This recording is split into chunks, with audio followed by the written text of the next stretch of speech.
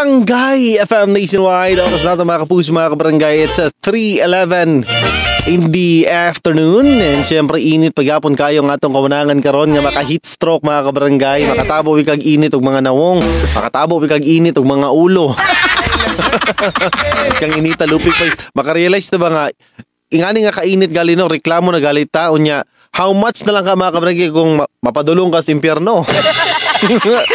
Kung kailangan na kita magtarong sa atong kinabuhi mga kapuso, mga kabarangay no. Kaya goy di gid lalim kung mapadulong ka na sa impyerno mga kabarangay. Kaya goy basig labaw pas kainit, basig guys sao na nato ba. So dato ko naka-realize nga siguro it's time to to buhat og mga kaayo kay para dato tas mabugnaw nga dapit mapadulong. Kani pa lang daan ba no, ato nang i-reflect sa ato mga self ba nga grabe na gali kayo ta makareklamo kun atas gawas nya init kayo ngayon ani lang di ba. Buta na to ang India, mas grabe ang kainit sa India mga kabarangay or sa mga dato napita sa India no, kay tungod sa mas lahi compared ris kag sa ato sa Pinas. Pero lahi ra gyud tong nakas kuan nakas kang kang Luciferos.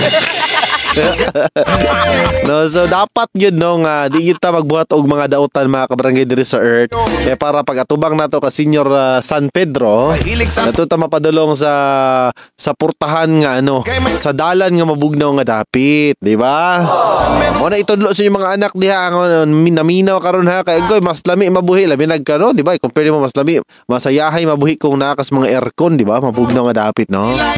Sugod karon di na ko magkuan, di na ko mag-scatter. Sugal man bawal man daw ang sugal daw. Di na ko mag-scatter. Sugod karon di na ko magkuan, di na ko magtanom og magtanom og kalagos sa akong isig ka tao.